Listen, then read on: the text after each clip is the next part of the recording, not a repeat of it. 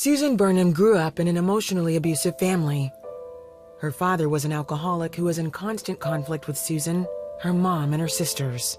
It was just constant, just sorrow and just hurtful things and just rejection from every which way.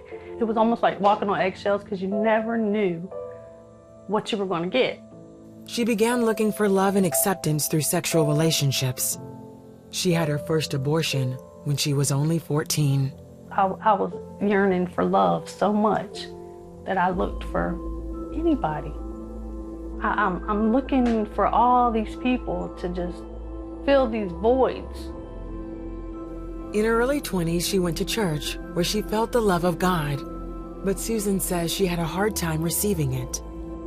I had this wonderful, awesome feeling of love, and I just kind of like, in the back of my mind, said it's not gonna last long. He doesn't love me. She quit going to church. Meanwhile, chaos and abuse followed her from one relationship to another, and eventually into marriage. She endured years of emotional and physical abuse at the hands of her husband. I would get beat up for catching him cheating. He would cheat on me, and we would argue about it, but I would get beat up for it because I was snooping. She used marijuana and alcohol to cope with the chaos in her home. It was nothing for me to come home and just open up the bottle and just take shots. Drink, drink, drink, drink, drink. It masked everything. It numbed everything. When she finally left her husband, he attacked her and tried to kill her. I ended up going to the emergency room. I had bruised kidneys, and I still have a scar on the left side of my face. It's an indentation from where my face was smashed. After a lifetime of disappointment and heartbreak, Susan decided to commit suicide. You know, everything just piled on me at one time. You know, just the feelings of just, ew, like, look at you. Look at who you've become. This is it. I am done. I am done with this. I don't want this anymore. I had planned to get drunk and just take these pills and go. I was over it. She drank vodka and passed out before she could take the lethal dose of pills. The next day, Susan woke up sick and ready for a change.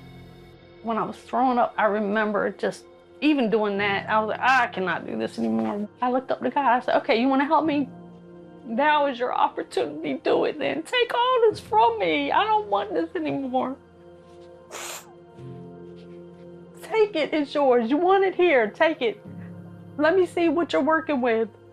Let me see if you really love me. That morning, God proved his love for her, immediately setting her free from drug and alcohol addiction. When he took all that and he took it away from me, and the desires were just gone. Like, I mean, they were gone. I never wanted to drink. I never wanted to take alcohol. I never wanted to smoke marijuana ever again. Susan says everything changed when she gave her life to Christ.